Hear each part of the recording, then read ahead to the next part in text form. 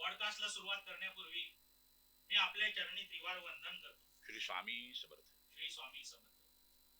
गुरुदेव, माझे काही प्रश्न आहेत. माझे म्हणण्यापेक्षा ते अनेक स्वामी भक्तांच्या मनातले प्रश्न आहेत. अनेक स्वामी भक्तांच्या मनामध्ये ते प्रश्न असू शकतात. आपण त्या प्रश्नाची उकल या पॉडकास्टच्या माध्यमातून आणि आपल्या अमृतवाणीतून करावी अशी आपल्या चरणी प्रार्थना करतो. श्री स्वामी समर्थ. गुरुदेव, असं आहे की अनेक स्वामी भक्त अजूनही अज्ञानात वावरत आहेत.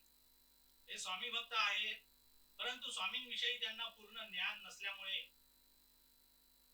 आणि ज्ञानाचा अभाव नसल्यामुळे त्यांच्याकडून चुकीच्या गोष्टी होत असतात, चुकीच्या गोष्टी त्यांच्याकडून घडत असतात. तरी असं अज्ञानाच्या या वाटेवर, अज्ञान रूपी अंधकाराच्या वाटेवर हे स्वामी भक्त अजूनही चाचपडत आहेत.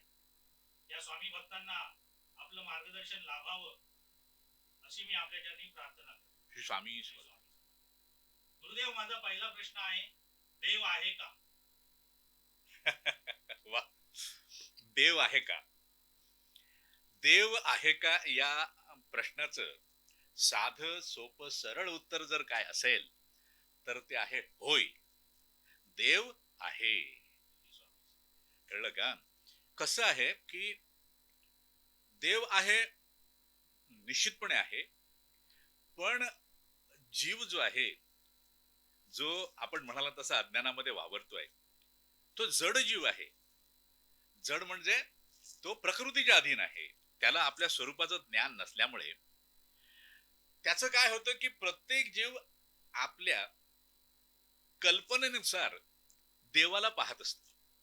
म्हणजे प्रत्येक जीवाचं मन जे आहे ते आपापल्या देवाची कल्पना करत असत. मग काय होतं की एखादा जीव पीडित होतो आणि तो देवाकडे जातो आणि तो देवाच्या चरणी काहीतरी सांगतो आणि त्यानंतर त्याचं काम झालं तर तो म्हणतो देव आहे. आणि एखादा जीव पीडित झाला, देवाकडे गेला, त्याने देवाला प्रार्थना केली, दररोज देवाच्या मंदिरामध्ये खेपा मारतोय, उपवास करतोय, व्रत करतोय, पण त्याचं काम झालं नाही तर तो काय म्हणतो, अरे काय या जगात देवच नाही. लक्षात आलं ना? म्हणजे काय, देवाची कल्पना जी आहे जडजीवाच्या ठाई ती सापेक्ष आहे. काम झालं की देव आहे, काम नाही झालं तर देव नाही. ह्याला कारण काय आहे तर तो मनाच्या अंगानं वावरत असतो. आणि मन जे आहे ना, हे एक अत्यंत विचित्र असं रसायन आहे. त्या मनाचा फॉर्म्युला कोणालाच माहित नाही, त्यामुळे हे नक्की काय आहे ते कळत नाही. लक्षात आलं ना? पण देव आहे आणि तो सर्वत्र आहे आणि प्रत्येक जीवाच्या अंतरंगामध्ये आहे. लक्षात आलं ना? त्यामुळे माणसाने देव आहे का असं ज्या वेळेला त्याच्या ठाई प्रश्न निर्माण होतो तेव्हा त्याने इथे तिथे कुठे शोधत राहायची आवश्यकता नाही. त्याने आपल्या अंतरंगामध्ये पाहावं. लक्षात आलं ना? आपली जी पंच ज्ञानेंद्रिय जी निरंतरपणे बाहेर पाहतायत त्यांना आतमध्ये वळवावं आणि आतमध्ये पाहण्याचा प्रयत्न करावा. लक्षात आलं ना?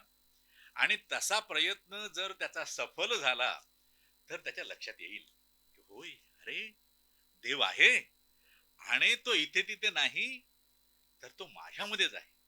लक्षात आलं ना? त्यामुळे देव आहे का? होय, देव आहे. मात्र अज्ञानाने आणि अविद्येने पीडित झालेला जो जीव आहे तो देवाविषयी स्वतःच्या ठाई विपरीत ज्ञान घेऊन बसलेला आहे. म्हणजे तो काहीतरी वेगळंच समजतो देवाला. लक्षात आलं का? म्हणून देव आहे त्यावर विश्वास ठेवा, त्याच्यावर श्रद्धा ठेवा, त्याची आपल्याकडून जशी जमेल तशी भक्ती कशी घडेल याचा विचार करा आणि आपल्या अंतरंगामध्ये पहा. आपल्या अंतरंगामध्ये देव दिसला की मग मला सर्वत्र देव दिसू लागतो.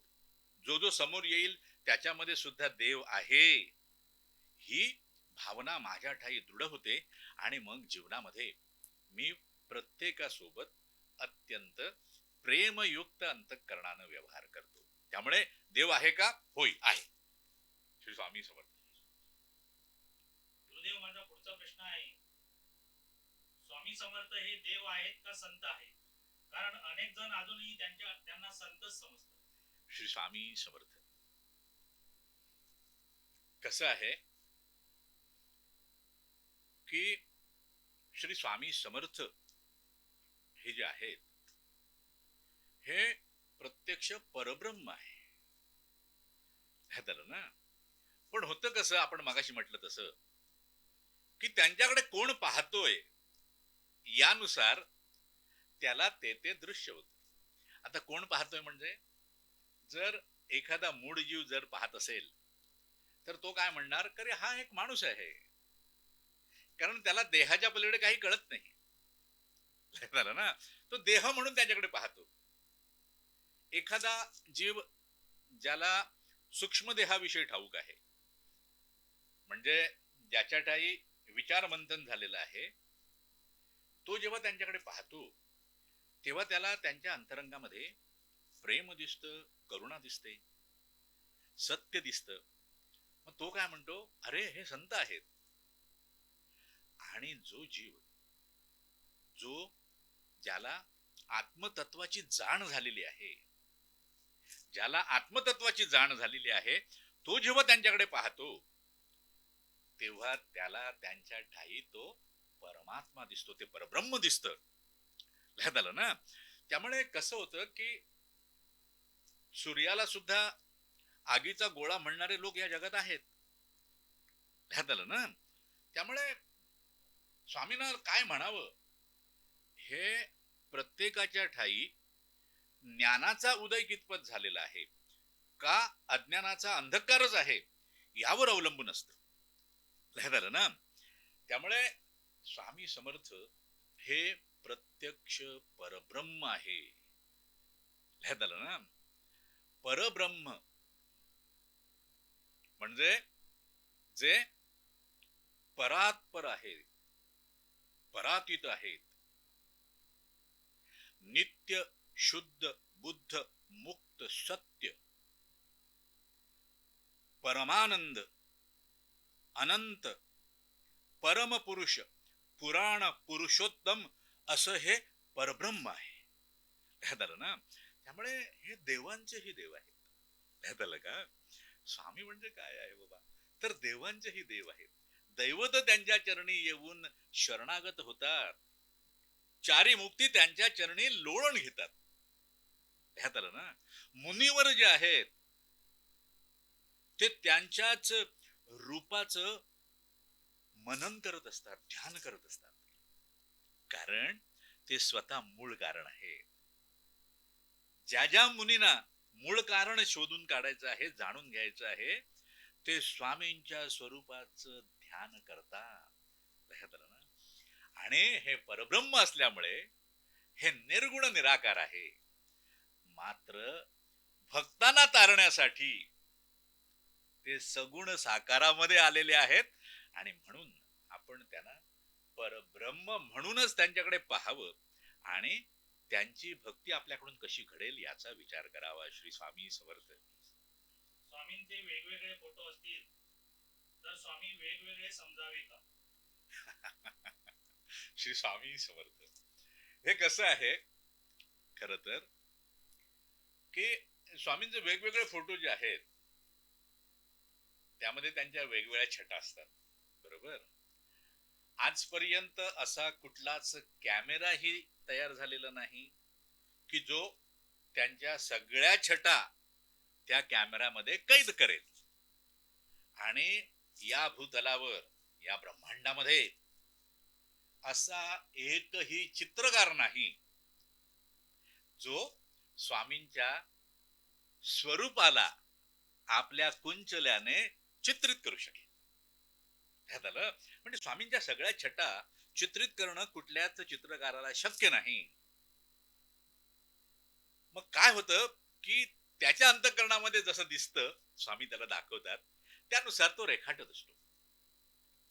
पण महत्वाचा मुद्दा काय आहे की रूप जरी वेगवेगळी दिसत असली, भासित होतात, भासमान होत आहे, तरी स्वरूप एकच आहे. म्हणजेच काय की स्वामींचे वेगवेगळे फोटो जरी असले, होय आहेत, पण म्हणून स्वामी वेगवेगळे आहेत असं समजण्याचं यत्किंचितही कारण नाही. कारण काही लोक असं म्हणतात, आपण हा प्रश्न फार चांगला विचारलाय, की या स्वामींच्या प्रतिमा माझ्या घरी लावल्यानंतर माझ्या घरामध्ये उत्साह आला. अगोदरची प्रतिमा होती त्यावेळेला माझ्या घरामध्ये नैराश्य असायचं. अरे बाबा, सूर्य उगवला की तुझ्या घरामध्ये प्रकाश होणारच. फक्त तुला तुझ्या घराची दारं आणि खिडक्या उघडायच्या आहेत.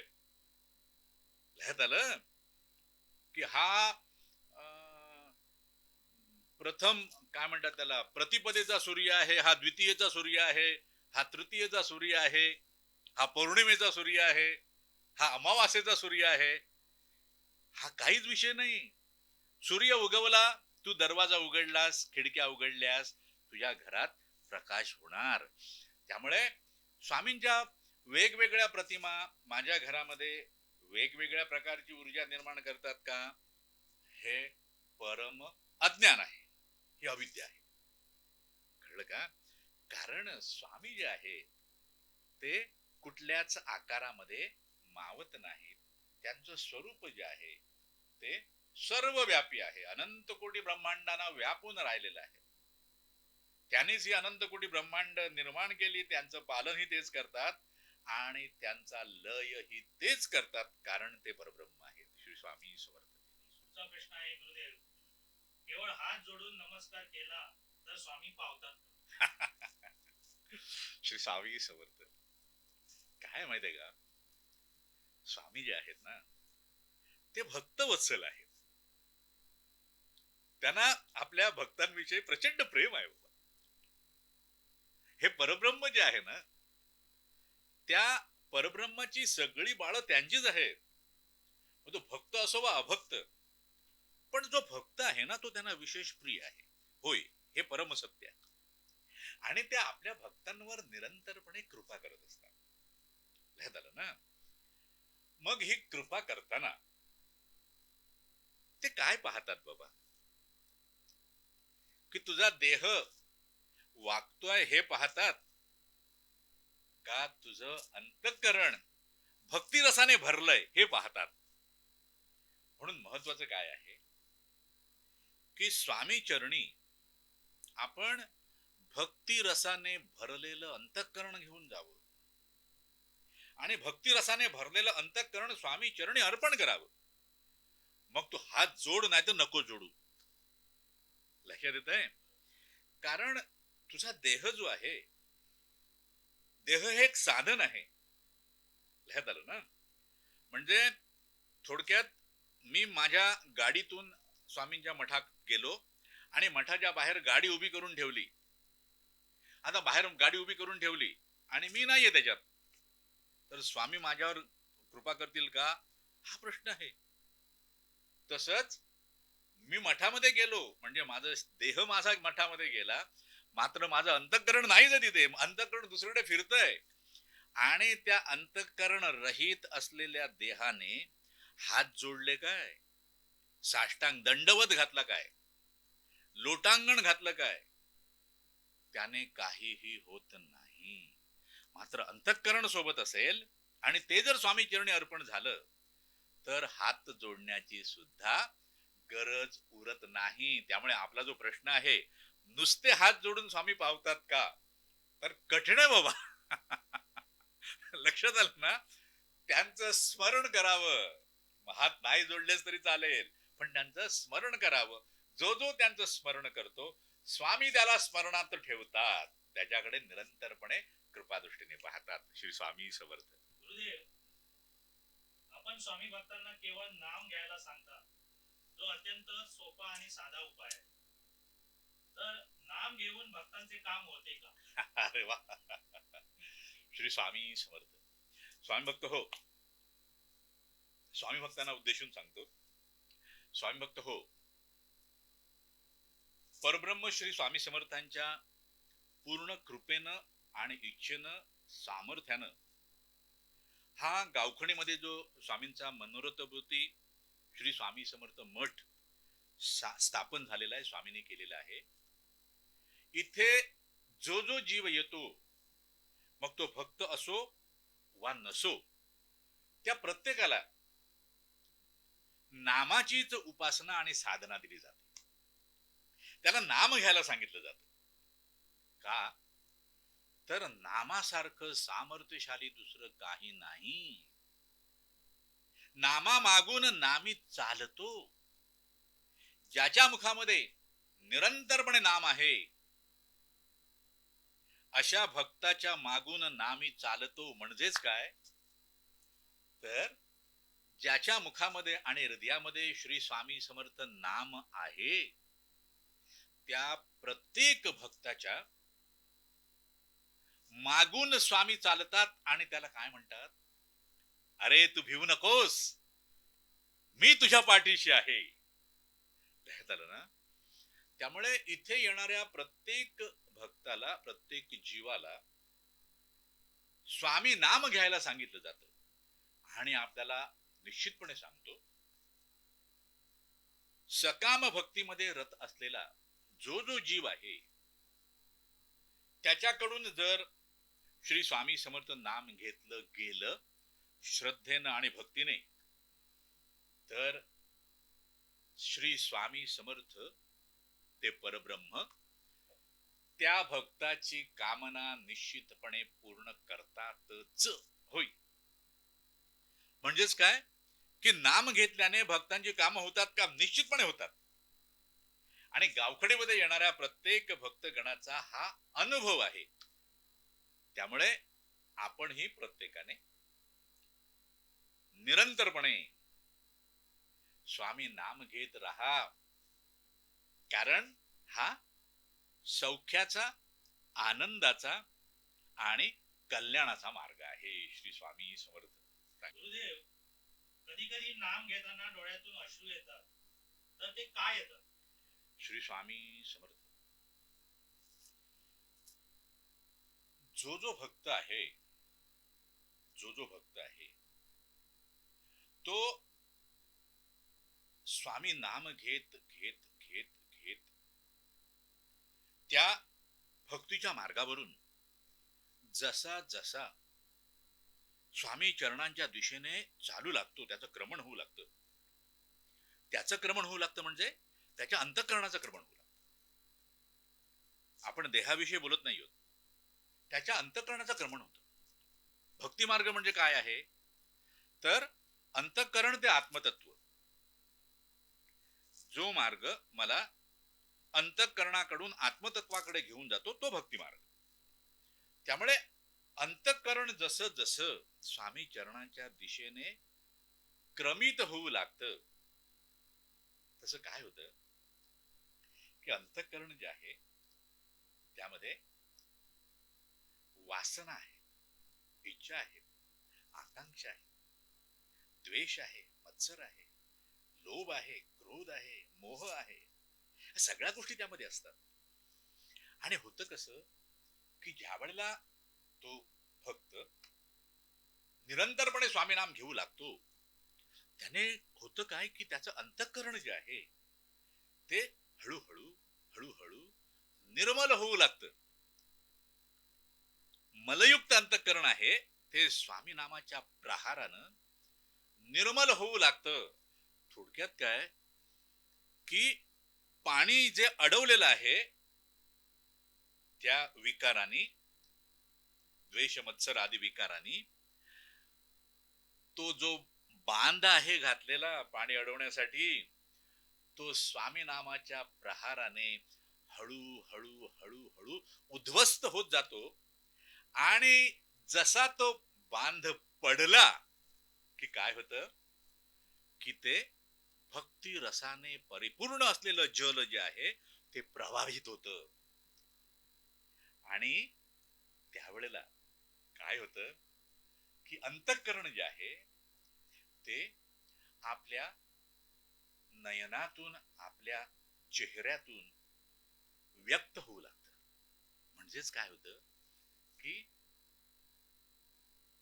अंतःकरणातील तो भाव जो आहे तो जसा जसा स्वामी चरणांवर तो अभिषेक सुरू करतो, भक्ताच्या नयनातून टिप टिप टिप असे अश्रू ओघळू लागतात.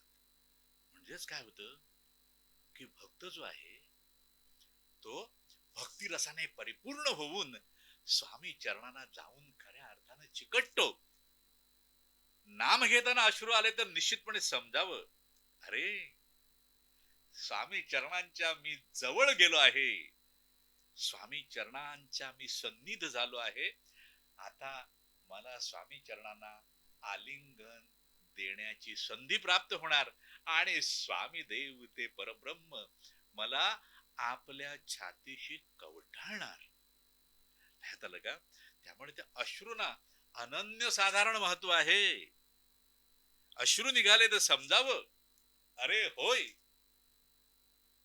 माझ्याकडून बरस क्रमण घडलेलं आहे. श्री स्वामी समर्थ.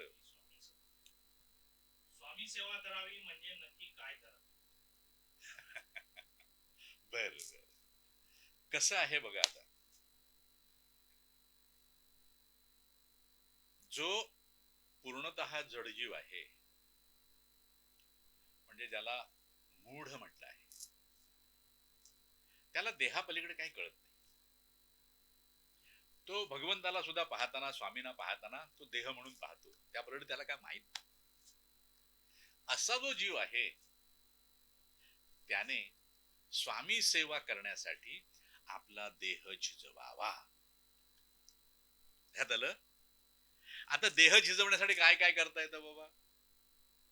मठामध्ये येऊन कचरा काढता येतो, मठ साफ करता येतो. ह्यात आलं. स्वामींच्या पूजेसाठी लागलेलं साहित्य आणून देता येतं. कोण फुलं आणून देतोय, कोण बिल्वपत्र आणून देतोय, कोण तुलसी आणून देतोय. स्वामींच्या मठामध्ये महाप्रसाद चालतो, त्यावेळेला भक्तांना भोजन नैवेद्य प्रसाद वाढण्याचं काम करावं. भोजन घेऊन झाल्यानंतर त्यांची उष्टी ताटं जी असतात, पत्रावळी असतात, त्या उठवाव्या, त्या स्वच्छ कराव्या. त्याने काय होतं, हा मूढ जीव जो आहे त्याचं मूढपणाचं जे आवरण आहे त्याच्या आत्म्याच्या भोवती, त्याच्या अंतःकरणाच्या भोवती, ते हळूहळू कमी होत जातं. लक्षात घ्या. आणि त्याच्यातून अत्यंत महत्वाची गोष्ट कुठली घडत असेल तर ती म्हणजे भोग संपतात बाबा. ह्यात आलं. एरवी कोणाच्या घरी जाऊन खरकटी काढण्याच्या ऐवजी तेच काम जर मठामध्ये घडलं तर भोग संपतातच, पण त्याचबरोबर पुण्य प्राप्ती होते बाबा. ह्यात आलं. दुसऱ्याच्या कुठल्या तरी घरी जाऊन केर काढून पैसे घेण्याच्या ऐवजी मठामध्ये केर काढला, मठामध्ये स्वच्छता केली तर भोग संपतात आणि पुण्यप्राप्ती आहे बाबा. ह्यात आलं ना.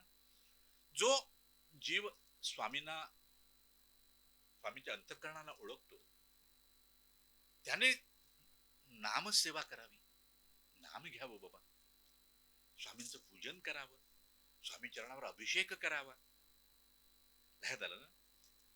ज्याला स्वामींच्या आत्मतत्वाची जाण झाली आणि स्वामींच्या परमात्म तत्वाची जाण काही प्रमाणात झाली आहे, त्याने लोकांना सांगावं, होय स्वामी चरणी या, स्वामी नाम घ्या.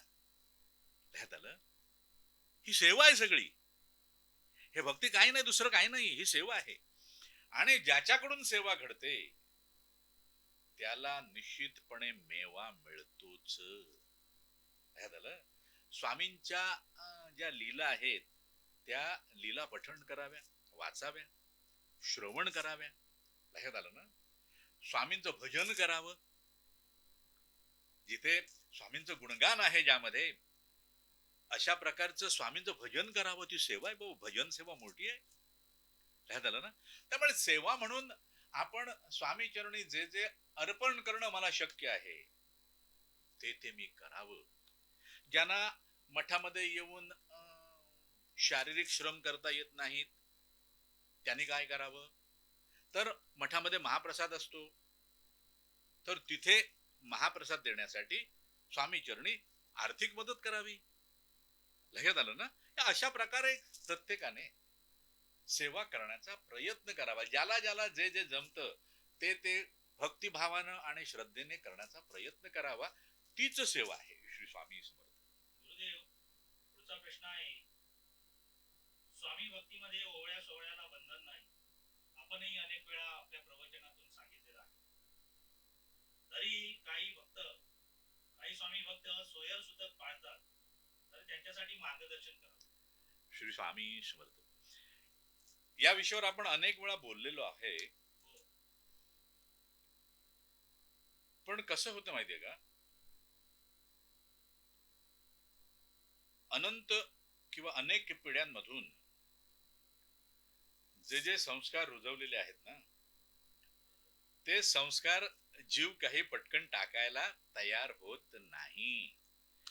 मात्र श्री स्वामी समर्थ मठ गावखडी येथे ओवळ्या सोवळ्याला यत्किंचितही महत्व दिलं जात नाही. होय. आणि स्वामीने हे त्यांच्या कृतीतून दाखवलेलं आहे बाबा. स्वामीने काही कुठे प्रवचन किंवा कीर्तन असलं काही केलं नाही, त्यांनी प्रत्यक्ष कृतीतून करून दाखवलं. स्वामीदेव अक्कलकोट मध्ये मानवी देह धारण करून असताना वावरत होते, लीला करत होते, तेव्हा त्यांच्या अवतीभोवती अनेक भक्त होते. आणि त्यांच्या श्रेष्ठ भक्तांपैकी एक असलेले सद्गुरु श्री बाळाप्पा महाराज, ना, बाळाप्पा महाराज जेव्हा स्वामींच्या सेवेमध्ये आले, त्यावेळेला त्यांच्या अंतरंगावर झालेल्या संस्कारानुसार ते सुद्धा ओवळ सोवळ फार पाळीत असायचे. स्वामींनी पाहिलं आणि एक दिवस स्वामी देशमुखांच्या वाड्याच्या बाहेर बसले होते आणि देशमुखांच्या घरामध्ये सोयर होत, सुतक होत. स्वामींनी काय केलं, बाळाप्पाला हाक मारली आणि देशमुखांच्या वाड्यातून पाणी घेऊन ये म्हणून सांगितलं. तर बाळाप्पाला माहिती होतं यांच्याकडे सुतक आहे.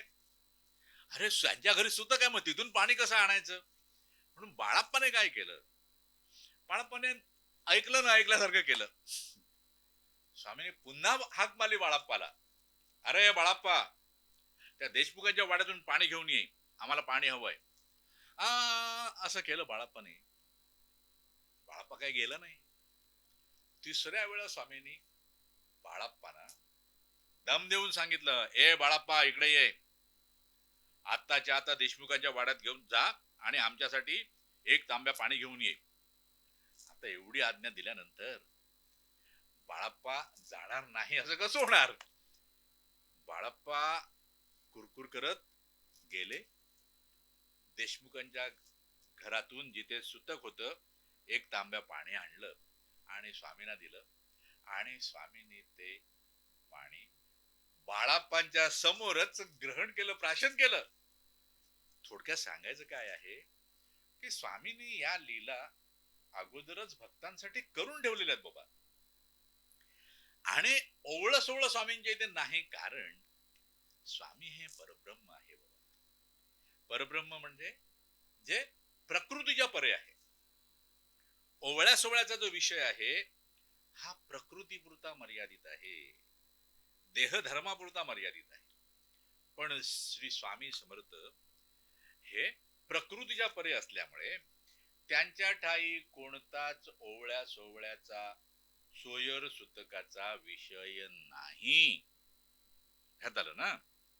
त्यामुळे भक्तगणांनी स्वामी चरणी जाताना ओवळ्या सोवळ्या विषयी, सोयर सुतकाविषयी यत्किंचित ही संशय मनात ठेवू नये, निसंशय व्हावं आणि जाऊन स्वामी चरणांना मिठी मारावी. अरे बाबा, स्वामी चरण सापडणं फार कठीण आहे. आपण स्वामींचे भक्त आहात, आपल्याला चरण सापडले आहेत, तर ते कोणत्याही कारणाने आपल्या हातून सुटणार नाहीत, याची खबरदारी घ्यावी. आणि काहीही झालं, जग इकडचं तिकडे झालं, तरी सुद्धा स्वामी चरणांना मारलेली घट्ट मिठी कधीच सोडायची नाही. श्री स्वामी समर्थ. गुरुदेव, पुढचा प्रश्न आहे, गुरु म्हणजे नक्की काय? अरे वा, श्री स्वामी समर्थ.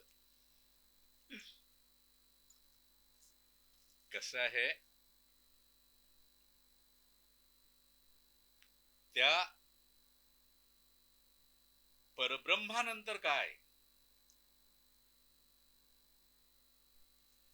त्या परब्रह्मानंतर काय असं जर विचारलं तर ते आहेत गुरु.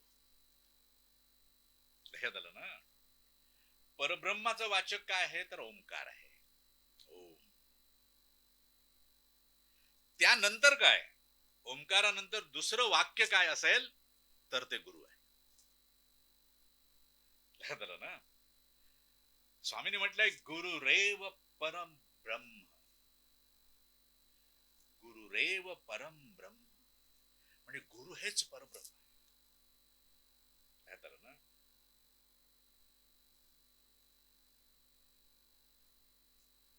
काय गुरूंबद्दल बोलावं. गुरु हा शब्द जो आहे ना, गुरु, 2 अक्षर आहे. त्यापैकी पहिलं अक्षर जे आहे गु, त्याचा अर्थ आहे अंधकार, अज्ञान रूपी अंधकार. आणि रु जो शब्द अक्षर आहे त्याचा अर्थ आहे अंधकार दूर करणारे, अज्ञान रूपी अंधकार दूर करणारे. म्हणजेच जो जीवाच्या ठाई असलेलं अज्ञान रूपी अंधकार तिमिर दूर करतो तो गुरु. लक्षात आलं ना? म्हणजेच काय की शिष्याला ज्ञान मार्गावर घेऊन जाणारा, शिष्याच्या ठाई ज्ञानाचा प्रकाश करणारा आणि शिष्याच्या केवळ कल्याणाचा विचार करणारा जो आहे तो गुरु. गुरुरेव परम ब्रह्म, गुरुरेव परागती, गुरुरेव परम विद्या, गुरुरेव परम धनम, गुरुरेव पर काम, गुरुरेव परायण. लक्षात आलं? म्हणजे गुरु हेच परम ब्रह्म आहे, गुरु हीच परागती आहे. काय आहे की जड जीव जो आहे ना, तो एखाद्या दगडासारखा असतो. चिखलात टाकला तर तिथेच राहतो, तो काय हलत नाही. मग त्याला गती कशी प्राप्त होणार बाबा? जड जीव जो आहे तो जर गुरुचरणाशी गेला, त्याला जर गुरुचरण सापडले आणि गुरुनी जर त्याच्यावर पूर्ण कृपा केली तर त्याला अशी गती प्राप्त होते की त्याच्या जीवनाचं कल्याण होते. म्हणून गुरुना म्हटलं गुरु रेव परागती, म्हणजे त्यांच्यापेक्षा गतिमान, त्यांच्यापेक्षा गती देणारं दुसरं काहीच नाही बाबा. लक्षात आलं ना? सर्वोत्तम गती म्हणजे गुरु, आणि गुरुचरणी गेलं तर निश्चितपणे गती प्राप्त होते आणि कल्याण होतं. कळलं ना? गुरुरेव परम विद्या, गुरु हे विद्येचं माहेरघर आहे. आणि परम विद्या, परविद्या, त्यापेक्षा काही श्रेष्ठ नाही. आणि शिष्य जेव्हा त्या गुरुचरणाशी बसतो आणि गुरुमुखातून जेव्हा त्या विद्येची जी अमृतवाणी गुरुमुखातून निघते, ते प्राशन करून शिष्य जो आहे तो परमपदाला पोचतो. कारण गुरूंच्या ठाई परमविद्या असल्यामुळेच ते शिष्याला विद्या देऊ शकतात. लक्षात आलं? आणि गुरु रेव परम धनम, गुरूंसारखं दुसरं धन नाही. ज्याला गुरुचरण सापडले त्याच्यासारखा दुसरा धनवान नाही. लक्षात आलं ना? कारण गुरु कृपेचं धन त्याच्याकडे आहे. गुरुरेव पर काम. या विश्वामध्ये, या ब्रह्मांडामध्ये सर्वोत्तम कामना करण्यासारखी कुठली वस्तू असेल तर ते गुरु आहे. सर्वोत्तम अभिलषित वस्तू कुठली असेल तर ती गुरु आहे.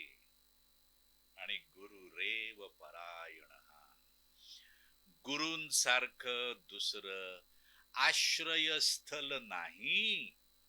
म्हणजे गुरुचरणांसारखा दुसरा आश्रयच नाही. इतर आश्रय जे आहेत ते मगरीच्या पाठीसारखे आहेत. मगरीच्या पाठीचा आश्रय घेतला तर मगर पाण्यात जाते. मगर पाण्यात गेली की आपण बुडतो, आणि आपण बुडलो की मगर आपलंच भक्ष्य करते आणि आपल्याला संपवून टाकते. म्हणून गुरुचरणासारखा दुसरा आश्रय नाही. लक्षात घ्या. कळलं ना? आणि गुरु हा शब्द जरी श्रद्धेनं आणि भक्तिभावानं मुखातून उच्चारला गेला तरी तो उच्चारणारा जीव आहे ना, परमपदाला पोचतो. मात्र इथे गुरु शिष्यांचं जे नातं आहे, जो संबंध आहे, त्यामध्ये श्रद्धेला अनन्य साधारण असं महत्व आहे. शिष्याची गुरु चरणावर आणि गुरु वचनावर परम श्रद्धा असायला हवी. ज्या शिष्याच्या मनामध्ये गुरूंविषयी संशय निर्माण होतो तो शिष्य होण्यास लायक नाही असं खुशाल समजावं, किंबहुना तो शिष्य असू शकत नाही. म्हणून स्वामींनी सुद्धा गुरूंचं वर्णन करताना काय म्हटलं? गुरुरेव परम ब्रह्म. गुरु हेच परब्रह्म, दुसरं परब्रह्मच नाही. ना? म्हणून गुरुना सर्वश्रेष्ठ स्थान आहे. भारतीय तत्वज्ञान जे आहे, सनातन तत्वज्ञान जे आहे, ते गुरु एवढं उच्च स्थान दुसरं कोणालाही देत नाही. आणि सर्व विद्या ज्यांच्या चरणाशी लोळण घेतात, किंबहुना सर्व विद्यातीर्थ ज्यांच्या चरणातून निघत, ते सर्वश्रेष्ठ महादेव शिव, त्याने सुद्धा गुरुचंच श्रेष्ठत्व सांगितलेलं आहे. त्याने म्हटलं गुरुशिवाय दुसरं काहीच श्रेष्ठ नाही. ना? त्यामुळे गुरूंविषयी काय बोलावं? जेवढं बोलणार तेवढं कमी. ना? म्हणून गुरु वचनावर आणि गुरु चरणांवर परम श्रद्धा ठेवून असावं आणि त्यांच्या आज्ञेचं पालन करावं. गुरु आज्ञेचं पालन करतो त्याला या भूमंडळामध्ये कोणतीच शक्ती त्रास देऊ शकत नाही. कारण अशा शिष्याचा प्रपंच आणि परमार्थ दोन्ही गुरु सिद्ध करतात. लक्षात ठेवा. कळलं ना? म्हणून गुरु वचनावर आणि चरणावर श्रद्धा ठेवून असावं आणि आपल्या जीवनाचं क्रमण करावं. श्री स्वामी समर्थ. गुरुदेव, पुढचा प्रश्न आहे तो विचारण्यापूर्वी आपण मला माफ करावं, कारण ही संधी मला आपल्याशी युद्ध करण्याची संधी आज मिळाली आहे. आपण जे कपाळावर भस्म लावता हे नक्की काय? श्री स्वामी समर्थ.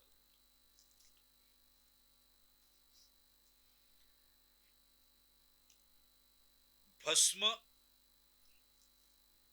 भाळावर लावणं म्हणजे काय तर त्या कपालाच्या मध्यभागी 3 आडव्या रेखा ओढणं, ज्या शक्यतो समांतर असतात. याला त्रिपुंड्र धारण करणं असं म्हणतात. त्रिपुंड्र लक्षात आलं ना. आणि ह्याचं महत्व जे आहे ना ते प्रत्यक्ष सनत कुमारांनी सांगितलं. लक्षात आलं ना. त्यामुळे हे झालं भस्म धारण करणं म्हणजे त्रिपुंड्र धारण करणं. पण ते नुसतंच भस्म धारण करणं नाही, त्याचं स्वरूप जाणून घ्या. कारण स्वामीने काय म्हटलंय, कर्म करावे ते जाणून. म्हणजे आपण जर त्रिपुंड्र धारण करत असू स्वामींच्या कृपेने आहे ते, नाहीतर नाही होत बाबा, तर त्याचं स्वरूप आपल्याला माहिती असावं. तर ह्या 3 रेखा ज्या ओढल्या जातात भाळावर, त्याचं स्वरूप काय आहे ते आपल्याला सांगतो. ह्या 3 रेखा ह्या अग्नी स्वरूप आहेत. पहिली जी रेखा आहे ती गार्हपत्य अग्नी आहे. दुसरी रेखा जी आहे ती दक्षिणाग्नी आहे. आणि तिसरी रेखा जी आहे ती आहवनीय अग्नी आहे. त्याचबरोबर ह्या 3 रेखा ह्या त्रिगुण रूप आहेत. त्यापैकी पहिली रेखा जी आहे ती रजोगुण रूप आहे.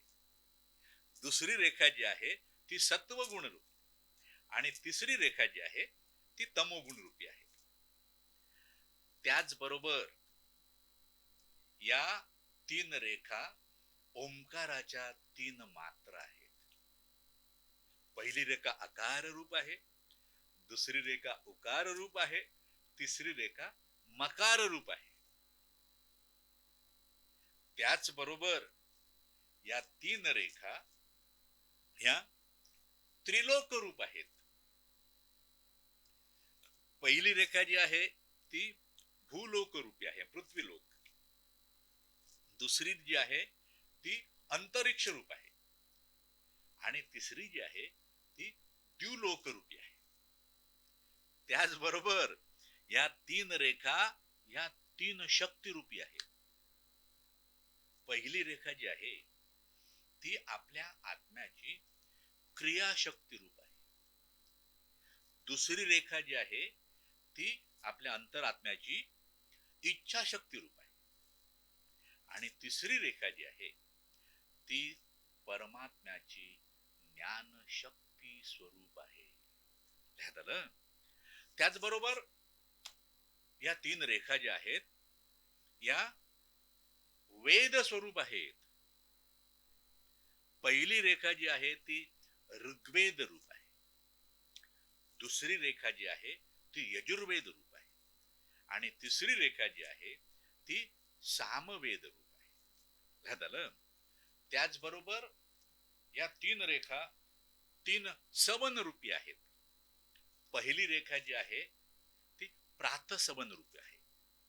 दुसरी रेखा जी आहे ती मध्य सवन रूपी आहे, आणि तिसरी रेखा जी आहे ती सायम सवन रूपी आहे. आणि त्याचबरोबर या 3 रेखांच्या 3 देवता आहेत. म्हणजे 3 रेखा ज्या ओढल्या जातात त्या माध्यमातून 3 दैवतांना भाळावर धारण केलं जातं. ते कोण आहेत? पहिली रेखा जी आहे ती प्रजापती ब्रह्मा आहे, प्रजापती ब्रह्मा. दुसरी रेखा जी आहे ते प्रत्यक्ष विष्णुदेव आहेत, आणि तिसरी रेखा जी आहे ती प्रत्यक्ष महादेव आहेत, शिव आहेत. लक्षात आलं. तर हे या त्रिपुंड्राचं स्वरूप झालं. आणि याचं महात्म्य काय आहे? या त्रिपुंड्र ओढण्याचं, भाळी धारण करण्याचं महात्म्य काय आहे बाबा? तर जो विद्वान ब्रह्मचारी, गृहस्थी, वानप्रस्थी, योगी जो म्हणून हे भस्माचं त्रिपुंड्र भाळावर धारण करतो, त्या प्रत्येकाच्या महापातकांचं आणि उपपातकांचं क्षय होतो, त्याचा लय होतो. म्हणजे तो महापातकातून आणि उपपातकातून मुक्त होतो. आणि त्याशिवाय त्या व्यतिरिक्त हे त्रिपुंड धारण करणारा जो आहे तो सर्व रुद्र मंत्रांचा जप करता होतो. सर्व तीर्थातील स्नान करून जे पुण्य प्राप्त होतं ते त्याला प्राप्त होतं. आणि त्याही पलीकडे अत्यंत महत्वाची गोष्ट कोणती आहे तर हे त्रिपुंड धारण करणारा कधीच या लोकामध्ये त्याचं पुनरावर्तन होत नाही. पुनरावर्तन होत नाही असं या त्रिपुंडाचं महत्व आहे. श्री स्वामी समर्थ. पुढचा शेवटचा प्रश्न आहे, दुसऱ्याच्या घरी अन्न ग्रहण केल्याने पुण्यक्षय होतो का? काय आहे बाबा, हे कलियुग आहे. लक्षात आलं ना? कलियुगामध्ये कोणाच्या घरी अन्न ग्रहण केल्याने कोणाचं पुण्यक्षय होत नाही, कोणाला पातक लागत नाही. अन्न देणारा आणि अन्न ग्रहण करणारा या दोघांनीही जर शुद्ध अंतःकरणानं देवाणघेवाण केली, देणाराने शुद्ध अंतःकरणाने दिलं, शुद्ध भावाने दिलं, ग्रहण करणाराने शुद्ध अंतःकरणाने ते ग्रहण केलं, तर कोणालाच पातक लागण्याचं यत्किंचितही कारण नाही. कोणाचाच पुण्यक्षय होत नाही. आणि याला प्रमाण म्हणून आपल्याला सांगतो, पराशर स्मृतीमध्ये सांगितलेलं आहे. म्हणजे प्रत्यक्ष वेदव्यास महामुनी ज्यांनी वेदांची पुनर्रचना केली, महाभारतासारखं काव्य लिहिलं, पुराणांना व्यवस्थितरित्या लोकांसाठी निर्माण केलं, त्यांच्याकडे एकदा कैलासामध्ये मुनिगण गेले आणि त्यांनी अनेक प्रश्न विचारले धर्मशास्त्राविषयी. तेव्हा महामुनी वेदव्यास काय म्हणाले, धर्मशास्त्राविषयी मला तेवढंसं अधिकारवाणीनं सांगता येणार नाही. हा त्यांचा विनय आहे, लक्षात. ही त्यांची लीनता आहे जी आपण शिकली पाहिजे. ते काय म्हणाले, याविषयी अधिकारवाणीने बोलू शकतील असे महामुनी पराशर आहेत, जे त्यांचे वडील आहेत. लक्षात घ्या, महामुनी वेदव्यास हे महामुनी पराशरांचे पुत्र. महामुनी पराशर हे महामुनी शक्तींचे पुत्र. महामुनी शक्ती हे महामुनी वसिष्ठांचे पुत्र. आणि महामुनी वसिष्ठ हे ब्रह्मदेवांचे पुत्र. ही अशी वंशावळ म्हणून सांगितली. ते म्हणाले आपण त्यांच्याकडे जाऊया, ते बद्री आश्रमामध्ये आहेत. मग ते महामुनी वेदव्यास इतर मुनिगण तिथे आले आणि त्यांनी अनेक प्रश्न विचारले. त्यामध्ये हा एक प्रश्न विचारला की कलियुगामध्ये पातक कशामुळे लागत, किंवा पुण्यक्षय कशामुळे होतो, पाप कशामुळे लागतो. तेव्हा महामुनी पराशर यांनी सांगितलं, पूर्वकालीन पराशरांनी या धर्मशास्त्राबद्दल, कलियुगामध्ये धर्मशास्त्र कसं असेल याविषयी भाष्य केलेलं आहे. ते मी आपल्याला सांगतो. हे सुद्धा विनय आहे बघा. त्याने असं नाही म्हटलं की मी सांगतो. लक्षात आलं? म्हणून ते महामुनी आहे. लक्षात आलं ना? तर त्यांनी काय सांगितलं की पातक कसं लागतं. तर सत्ययुग जे होतं, कृतयुग, त्यामध्ये एखाद्या पापी माणसाशी आपण वार्तालाप जरी केला तरी जो वार्तालाप करणारा आहे त्याला पातक लागतं, त्याचा पुण्यक्षय होतो. हे कधी? सत्ययुगामध्ये. त्यानंतर आलं त्रेतायुग. त्रेतायुगामध्ये एखाद्या पापी माणसाला जर स्पर्श केला तर त्या स्पर्शाने जो स्पर्श करतो त्याला पातक लागतं, त्याचा पुण्यक्षय होतो. त्यानंतर आलं द्वापार युग.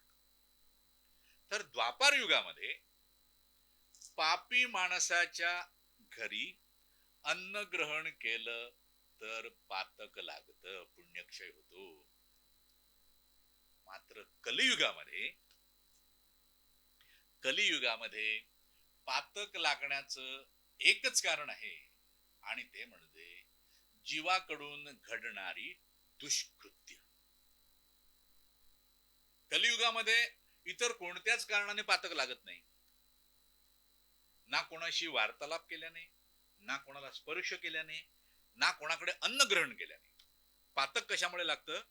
तर केवळ दुष्कृत्य केल्याने, पापकर्म केलं तरच पातक लागतं, तरच पुण्यक्षय आहे, अन्यथा पुण्यक्षय नाही. त्यामुळे दुसऱ्याच्या कोणाच्याही घरी अन्न ग्रहण केल्याने कोणालाही पातक लागत नाही, कोणाचा पुण्यक्षय होत नाही. लक्षात आलं? अन्न ग्रहण करणारा आणि अन्न देणारा यांनी भक्तिभावानं, प्रेमानं, शुद्ध अंतःकरणानं ती देवाणघेवाण केली तर दोघांनाही पुण्यच लागेल. आपण म्हणा कसं? तर देणारा देतो, घेणारा घेतो.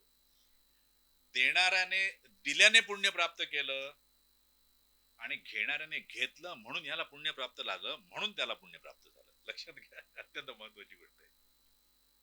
त्याने जर घेतलं नाही तर ह्याला पुण्य मिळणार का? नाही मिळणार. ह्याला पुण्य मिळण्यासाठी तो कारणीभूत झाला म्हणून त्यालाही पुण्य प्राप्त होतं. झालं ना? म्हणून दुसऱ्याच्या घरी अन्न ग्रहण केल्याने पाप लागतं का? अजिबात नाही, अजिबात नाही. ठीक आहे. त्यामुळे स्वामी भक्तांनी स्वामी भक्तांच्या घरी अन्न ग्रहण करावं, कारण तो प्रसाद आहे स्वामींचा. लक्षात आलं? श्री स्वामी समर्थ.